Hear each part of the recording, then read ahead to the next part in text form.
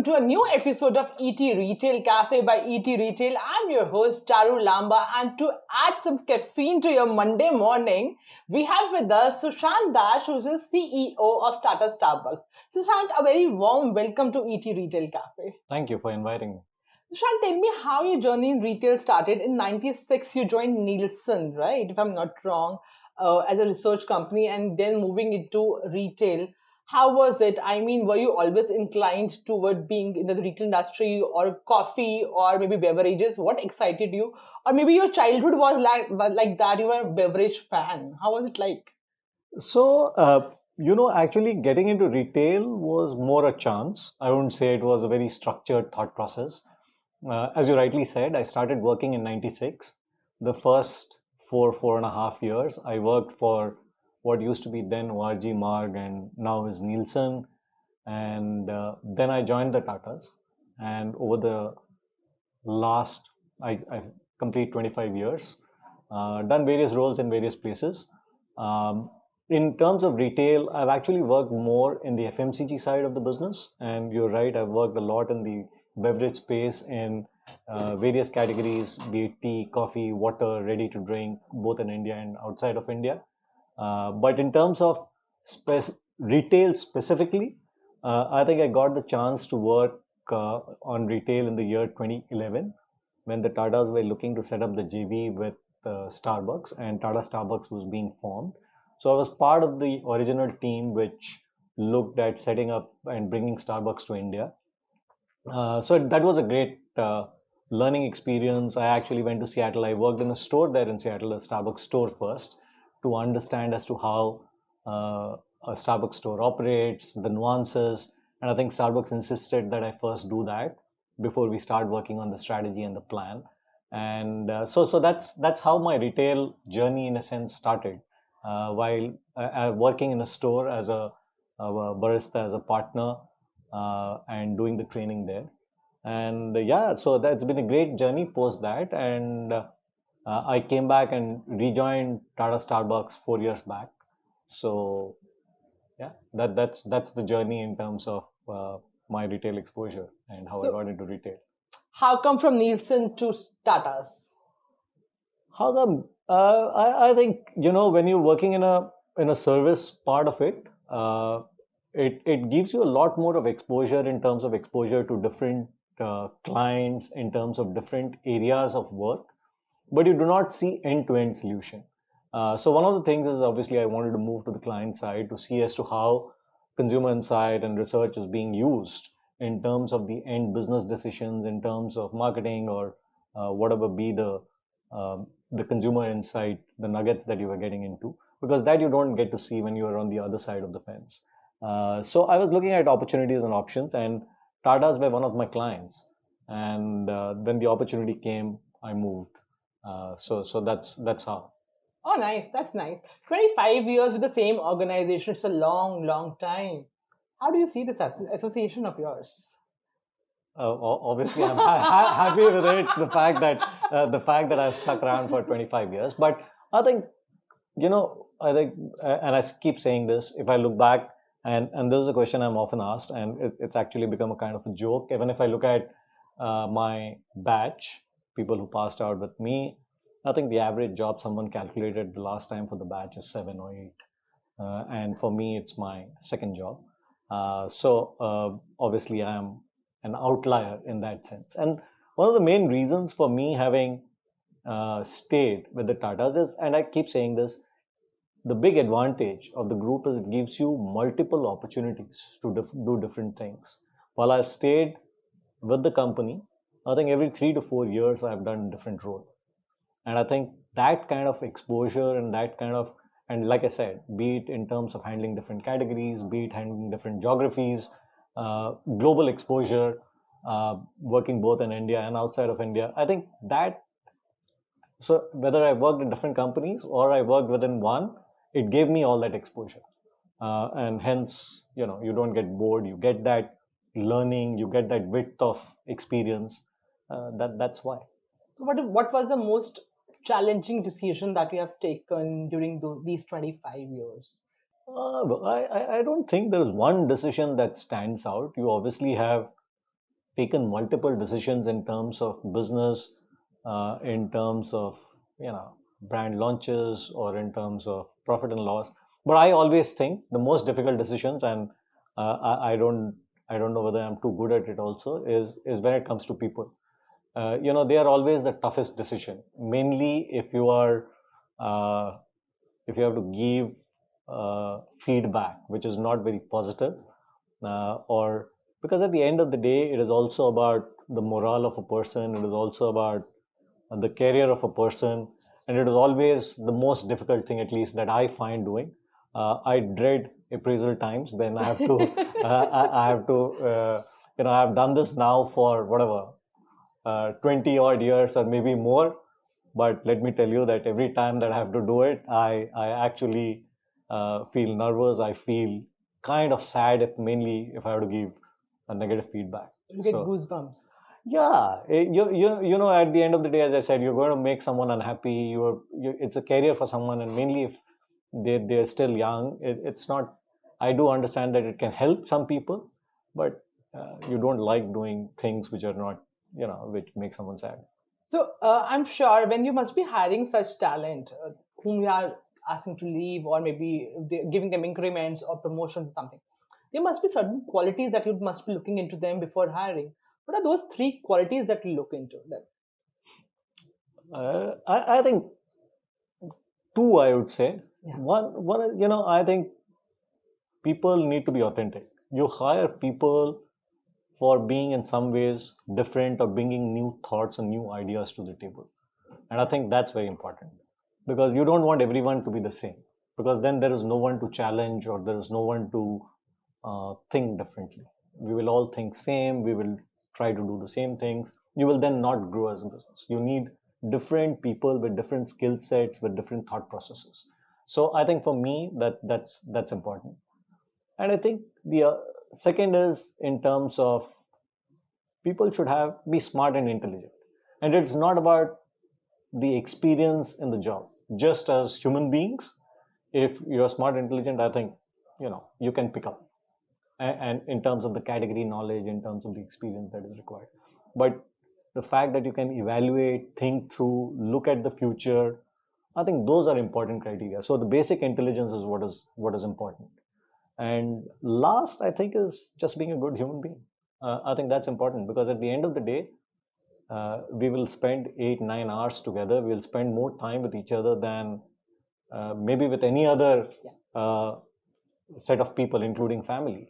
So it's important that you have, and there's no right or wrong. I think it's just that you as a unit should gel, and people should have that comfort factor. I think that's very important. True, I second your point. But once you have hired that talent, the right talent, it's important to nurture them as well. So, what are the three qualities that you inculcate them to make sure that they become the future CEOs, maybe some one day or in the future sometime?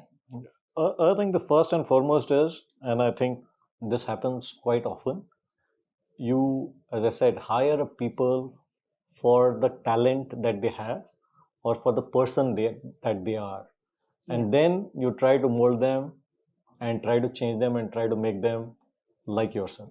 Well, then the first thing you should do is not do that. Let them be what they are, because you have hired them for that. Yeah. So if I hire a person for being unique and then try to make them like me, I think that's not the idea, right? So but it's very tempting, because that's what you know how to do the best. I'm good. I think I'm good, so I should make that person like me. Yeah. But I think you need to avoid that. You need to nurture what that person brings to the table, what that person is good at. It's not that easy. It's easy to say, because all of us as human beings will tend to, try to bring everyone to what we are. But if we can do that, I think that's my number one. Number two is not try to do the other's job. Trust people. Again, I think what happens is, mainly as you grow up the ladder because you did your previous job very well. Yeah. That's what you are good at. That's what you do. So the tendency is to continue to do the job even though someone else is there, right? Because I think I know it better than that person, but you need to let that person be. Yeah. I think if we can do these two things, you will nurture good talent. So when you say you don't want to make people like you, one quality of yours that you are like, wow, I am proud of it, and one quality, no, it shouldn't have been there in me. Yeah, I'm modest, so it's a very difficult question to answer. I think you should ask my team this question as to what is that one thing that is good and one thing that they don't like. But yeah, but I would like to believe that at least I keep things simple. I don't think we do very complicated stuff. I'm not saving lives, or I'm not sending rockets or building rockets. I'm selling coffee, selling an experience. So we should be clear about our priorities and keep it simple. So I think.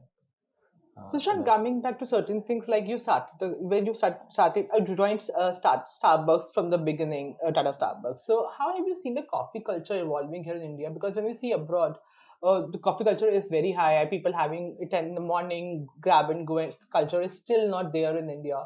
Though efforts have been put, it's not been that efforts have not been put here in India. But how do you see it evolving? What are the lapses? Why do you think it has not gone the way it has reached the other countries? No, I think it's just a question of history. I think first and foremost, I think the coffee culture is growing, and it's growing at double digit. It is growing at quite a rapid rate, Yeah. and I think in a lot of ways, Starbucks has been instrumental in getting this culture. The fact that we today have nearly 500 stores and we are there in 80 cities across the country is because the culture is growing. And I think as more and more of stores open, people get to experience what coffee is. They get to see the third place experience. They get to taste different kinds of coffee. The culture will grow. And globally also, we have seen that is how when people move from one beverage to other, that's how it happens. You will first do it out of home, then you will do it usually in your offices or workplaces, and then you will bring it in home, right?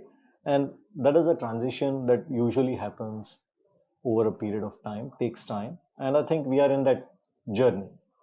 Coming back to your question in terms of why in India the coffee culture is still very small as compared to the West. I think, as you rightly said, in the West, they get their caffeine from coffee. So they get up in the morning, they need to have a coffee. They go to work, they will have a coffee. In between meetings, they will have a coffee. In India, we do the same, but our caffeine comes from tea, good boiled gada chai, right? That is what we do. Right now, we go out, we have a meeting, we are meeting friends, we want to spend time in a cafe. That is when we have coffee. But over a period of time, and we are already seeing that happen, right, amongst a certain segment of, and that is the growth. Where let's say you have 7 or 8 occasions when you need caffeine, or 5 occasions when you need a beverage. Today, I think in many segments of the society, all 5 are tea. In some segments of the society, there are 3 of them that are tea, 2 are coffee. In some, it has moved where 5 of them are coffee, and those have been drinking coffee for a period of time, and there is an evolution. So that is how the coffee segments also are. So in India, the good part is, so if I look at numbers, coffee penetration is around 11, 12%, 13% at a household level, and tea penetration is 95%. Yeah. So we have so that is the other way to look at it, is that there is a huge opportunity. The headroom is so huge that you can continue to grow. But what it also does is, there are existence of different segments. To answer your question as to how coffee is evolving, I think what we now see is there are 2 or 3 distinct sets of people. Yeah.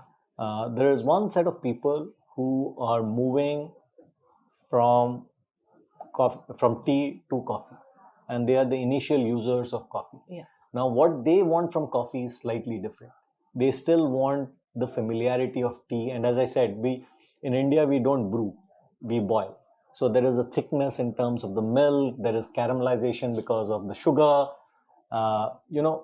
and in fact, we have replicated that in terms of the classic range that we launched, because we realized that there are people who are coming into the category for the first time, and they want a bit of familiarity. They want coffee, but if we can give the same thickness in terms of the milk, the caramelization from the sugar, And we have actually seen that work very well amongst the new users. We launched that last year, and this has been a very successful edition. This was specifically done for India, understanding how the Indian consumer is evolving, and we launched the classic range. Then there is people who have been, let's say, drinking coffee from the time that we launched Starbucks in 2012, and they have now evolved. They no more want simple coffee. They want coffee from different origins. They want different brews. They want, you ordered, I realized, a cold brew. They're moved beyond the cappuccinos or the frappuccinos and now want specialization. They want to experiment. So for them, you need to hence create or cater to that segment where they're looking at specialty coffee. So we have coffees from different origins. Again, I think Starbucks, that is one of the advantages I think we have, is the fact that we are present across the world. We have sourcing that we can do from all the coffee growing regions. So people want that. And they also want different brews, as I said. So be it a pour over, be it a Chemex, be it the kind of drink in terms of the artistry, be it a cortado, be it a... So that is what, again, we are providing for that segment. So that is the interesting part of being in an Indian market, where you have an evolved consumer, even in a category which is still very nascent or growing. There are people who have been exposed to it for 10, 12, 15 years and are looking and at par with anyone in the world in terms of what they want from coffee. And there are the new set of consumers who are coming in. So you need to balance both when you're looking at. So, two things I want to touch upon. Third place you talked about. How unique is third place? I want to know about that and how it enhancing the consumer experience. And consumers, you talked about different consumers. So, there are two set of consumers which are existing: Gen Z and Millennials, and both are totally different. So, I want to know how are you catering to both the consumers, because their needs, their wants, their thinking is absolutely different. The Gen Z, everybody is trying to decode these days. Have you, or are you still trying to decode them? I hope we have. Otherwise, we cannot grow. But having said that, so let me first answer your third place question, and then I will answer your Gen Z question. So third place, I think, is at the heart of what we do, and that is what the brand stands for. I very strongly believe in that, and I think Howard Schultz, who's the founder, who started the company, actually is famously, his famous quote is, people come to Starbucks for the coffee, but they stay back for the connection, for the warmth. That to me encompasses what the third place is. So the whole idea and the origin of the third place is, you have your home, you have your workplace or your college or wherever you go. So those are your first and second in terms of places. But you need a third place where you can be yourself, where you can catch up with your friend, where you can catch up with your family. And that third place is Starbucks. Okay. So that's the genesis of the term third place. Between your office and your home, there is a third place where you can be yourself and you can interact, meet friends, families, colleagues.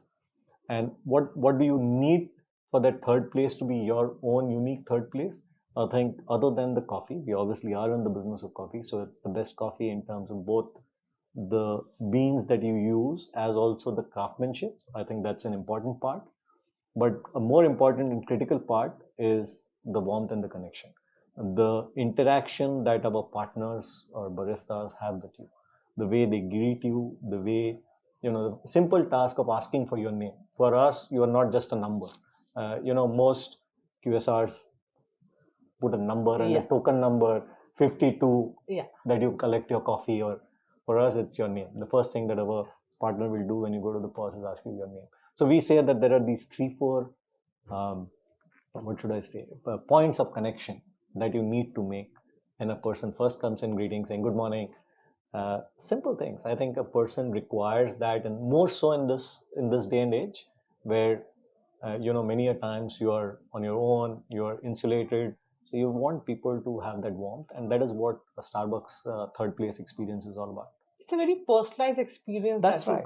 Yeah. So which is why we write the name, and that's what we say. When you hand over, it is not just about putting the, your coffee, but actually calling out your name and hopefully handing it to you with a smile so that you feel that connection at the moment at the handover happens. So yeah, so that's what the third place experience is all about. And then there is the store ambience. Uh, so there are three parts to it. One is the coffee, one is the connection, and the third is the ambience of the store. Each of our store is uniquely designed. We don't have a cookie cutter model, so no two stores are similar. And what we also try to do is, in some ways, uh, build in the local culture and nuance, including in terms of the artwork, or be it in terms of the design of the store or the furniture, so that you get that community feel. So that's what makes the Starbucks experience. And this third place clicks well with both kind of consumers, be it Gen Z or be it millennials. That's right. I think the fact, and that's how you build, I think, great brands. You need, the interpretation of that could evolve over a period of time, Yeah. right? In terms of, let's say, what coffee means, and I'll answer that maybe from a Gen Z perspective also. You said how do we, and for example, Gen Z, one of the things we realized, Gen Z likes cold beverages more than hot beverages.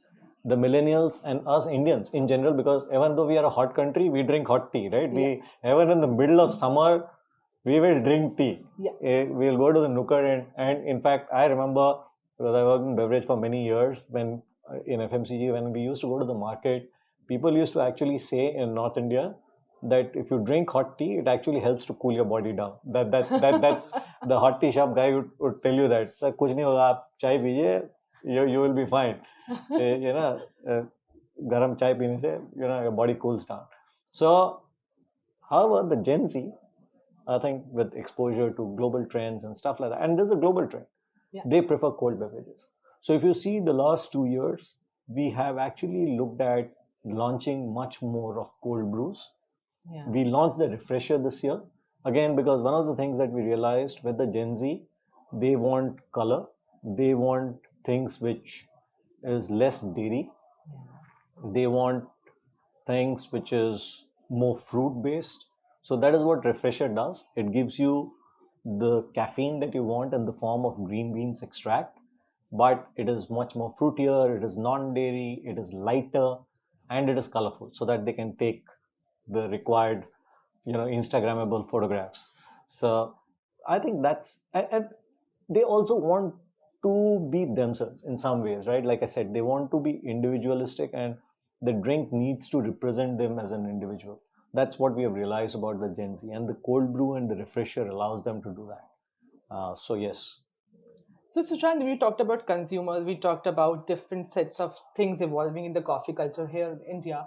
I want to understand from you, when we talk about technology, how technology has helped you, helped Tata Starbucks grow as a company, or maybe connect the brand, maybe let the brand connect with the consumers in a better way. Yeah. So like I mentioned, so actually now we say we had the third place. Now we have the fourth place.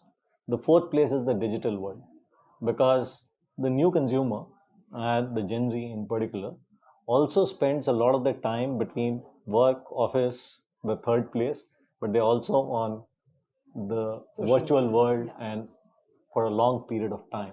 So you need to be present there. You need to also, and also they are natives of digital. So a lot of their transactions happen through devices, and hence we have kept up to the trend. One is obviously our presence in social media in terms of giving them a voice, be it in terms of Instagram, be it in terms of Facebook, LinkedIn, the regular, where they can talk about the brand and they can take in some ways ownership. But it is also in terms of helping them to do their interactions with Starbucks. So we launched the app, which is a very critical part of our interaction, and what the consumer can then do is use the app to figure out what is available, to pay, to transact. We launched MOP, which is Mobile Order Pay. You actually don't anymore need to go to the POS to order. You can order and pick up your drink. We obviously have the SR program, which is one of the best globally. In India, again, we have a large number of members, and it's growing double digit year on year, which is our Starbucks loyalty program, which is again digitally enabled. We started doing WhatsApp transactions, which allows you to pay through WhatsApp, to register through WhatsApp. Delivery became an important part. I think started with COVID, but we realized that it is also something that has now become a habit. A lot of people want to participate in a brand where they want to order in. Yeah. So we enable that. We have our own in-app delivery. So yeah, various touch points in terms of digital that helps you now to interact with the brand. And as I said, you can spend time with the brand, understand the brand, and that's become like the fourth place. That's what we call it, fourth place now. And how it helps you as a professional to stay ahead of the curve. So, if you don't adopt technology, in some ways you will be left behind. You don't have an option. I think in this day and age, it is not you cannot say that I will think about it, or it is not an option. It is a must have. That is the requirement of your consumer. As I keep saying, consumer evolves. If you want to be relevant as a brand or as a business, you need to also evolve. And the evolution today is happening in terms of the evolving taste, and we spoke about the coffee, or it could be the food, be it in terms of the healthier trends, and in terms of how they interact and transact, which is the digital. So you need to adopt all of them and do it in a manner that is expected of you as a premium brand, which is the best in class. Otherwise, you will get repositioned by someone else. It's as simple as that. Do you think that you can be repositioned by AI in some sense in the future? Repositioned as in me? Yeah. As an individual? Yeah. I hope not. But you're right. In a sense, I don't think as individuals, it's not about parts of your job will get taken over. Okay, at some point of time. Yeah. Whether it happens today, tomorrow, it depends in terms of the task that you're doing. But there will also be new opportunities that you can create for yourself. In terms of at the end of the day, I think there will always be a place for human decision making, understanding the emotions, the strategic thought process, which maybe technology and AI can't do. So you need to evolve also as an individual and be relevant in terms of, you cannot say that I did these kind of roles as a CEO or whatever be your 10 years back. Even a brand manager, what a brand manager did when I started off 20 years back and did as a brand manager, if I try to do that as a brand manager today, or today's brand manager tries to do that, it would be irrelevant, right? The skill sets, we looked at TVR, TV, and today you look at performance marketing and look at the impact. So you need to evolve, right, as a brand. Similarly as a CEO, because a lot of them today is actually being done by technology, right? You don't need to look at Excel sheet and do your calculations anymore. Someone does it for you, right? And or the same as the role with a CEO. I think there are parts of the job that technology will do, but there are parts of the job that, and you need to understand that, and you need to evolve and be ahead of the curve to be relevant. What steps are you taking for yourselves to stay ahead of the curve? For Starbucks? For what steps Sushant is taking to stay ahead of the curve? That I shouldn't be telling you, in public. But no, as I said, the whole idea is to understand. At this stage, I think it's important for you to understand what technology can do, or let's say AI, which is the latest. What is AI's role, and how can AI help the company to do better, or my business to do better? The relevance, to understand that, to ensure that everyone within the organization understands the relevance, because there is always, when there is change or there is new technology, there is also fear and apprehension. There is always this thing that, no, this is not relevant for me, right? There will be, because you are not used to it. So I think for us to be relevant, for me to be relevant, what I need to do is to ensure that people understand. That's my job, to make people see the benefits and as to how their roles can get enhanced. So that's what I need to do if I want to stay relevant. So yeah, that's all that I need to do. And what steps are you taking for Tata Starbucks to stay relevant? How do you see the future of Tata Starbucks here in India? And how do you see the future of coffee culture evolving here in India? So, as I said right at the beginning, when you are compared to so the good thing for us is we are a large country, right? Every fifth person is an Indian. Yeah. So in terms of opportunity size for everything, it's a huge opportunity. It is in terms of now how you convert that for yourself. I think for that you need to understand what the consumer wants, what are the relevant segments, and I think that remains true for all business. And then figure out the best way to fulfill that consumer expectation in the lowest cost for yourself so that you can also make money as a business, right? I think as long as we do that and we do that well in terms of, for in retail, obviously there's a lot of cost involved in terms of opening stores. There is a large capex involved, finding the right real estate, investment in terms of equipments for us, furniture. So we need to, obviously, and there is a back end in terms of cogs, coffee, food. You need to understand a business model where you can penetrate the length and breadth of the country, open the number of stores that you're looking to open, but do it in a manner where you're profitable. There's no point opening store for the sake of opening store, right? At the end of the day, you're trying to create a business, you're trying to make profit.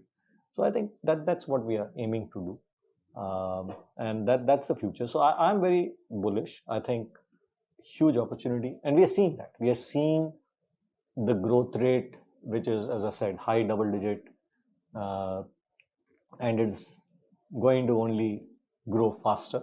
So there is a lot of opportunity, and I think as Starbucks, we are in a good place because I think the kind of equity and the brand has and the brand love, we know that again because we continuously take feedback from consumers.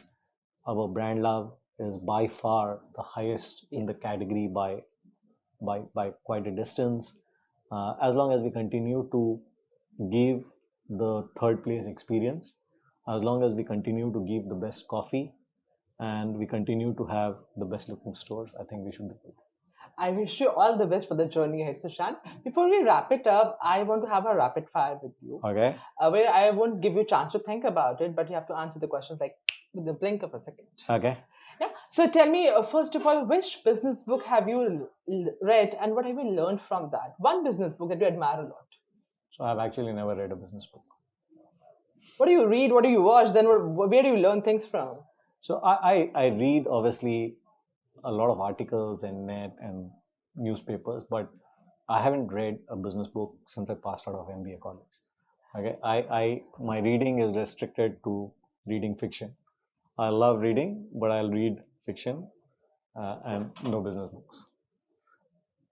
Learnings, where do they come from? I think learnings come from being at the store in terms of meeting consumers. That's no, I know it sounds cliched, but whether you and when I was in FMCG, I used to say the same. If you don't walk the market, if you don't go and meet the retailer, the distributor, the stockist, you don't go and meet the consumer, you don't understand. Because you need that is what you need to understand. You need to understand what they want, what is their opportunity, what is their latent need. And I think in retail, it is at the store. That is where business happens. So in fact, I keep telling all our team also, at least work 2 to 3 days out of stores. The whole world works out of Starbucks. There is no reason for us to come to office and work. You should work in a store because that's where you will learn. So learnings come from the store. One brand or retailer that you admire a lot and why? Starbucks. Not yours, obviously. I mean, this is not done, Sushant. The whole world says when you talk about retailer and brand, Starbucks, right? So yeah, and Tata's as a brand. Apart from your own brand, if I put it like this?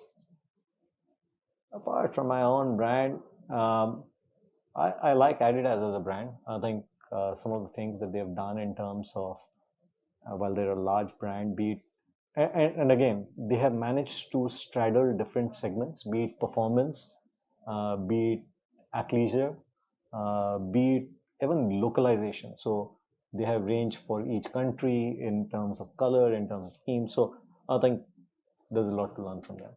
And even in terms of the retail formats, I think they do a very good job. Being an omnichannel business, being into an omnichannel business, where do you shop from? Online or offline? I don't know whether I should answer that question, but yeah, online would be 80%, 20% would be offline. Okay. I love shopping, so What do you love to shop? too many things. Maybe I should control, but I buy a lot of clothes, shoes, watches, If not into retail or FMCG, what else you would have envisioned yourself doing? sports. Which sport? A lot of them. I had ambitions. I think I've run through all the sports in my life, and right now it's running. As you can see, the medals. I am trying to complete the world major, so which is the 6 marathons. I just did the London 3 weeks back. So yeah. Everybody knows that you are running the show at Tata Starbucks. What else do you do apart from that? You are running, you have told me. Apart from that, what is your favorite hobby? So as I said, sports is a big part of my life. Running, it takes quite a bit of my time. But other than that, I love eating out, food. So discovering new places. Yeah.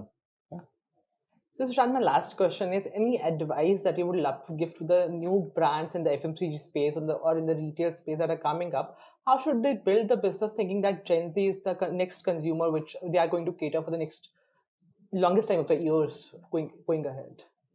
So like I said right through, the 2 3 things that I think has worked for me. So I don't know whether that's I'm no one to give advice, but what I can tell you is what has worked for me, and maybe it will help some people. So first is to understand for your business what is relevant from a consumer point of view.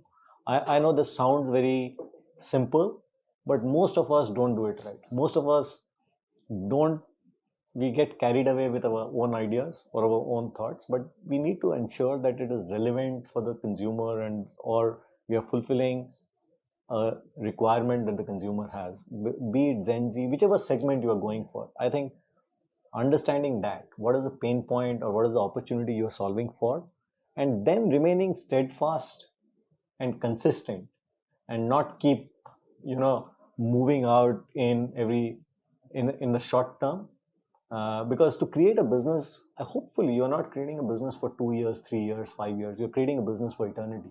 That should be the idea. So the second thing which is important is hence to create a sustainable business model. Don't just look at top line. I think bottom line is as important to create a business in the long term. And third, get the right people. I think people make businesses. True that. Thank you so much, Sushant. It was a pleasure having you today. No, my pleasure. So thank you for having me. Thank you. Thank you, guys. I hope you also loved the conversation that we had today. If yes, then do share this video on your social media accounts. Like, comment, share, do whatever you want to do and spread the word. We'll be back again next week with a new retailer and a new story. Till then, bye-bye.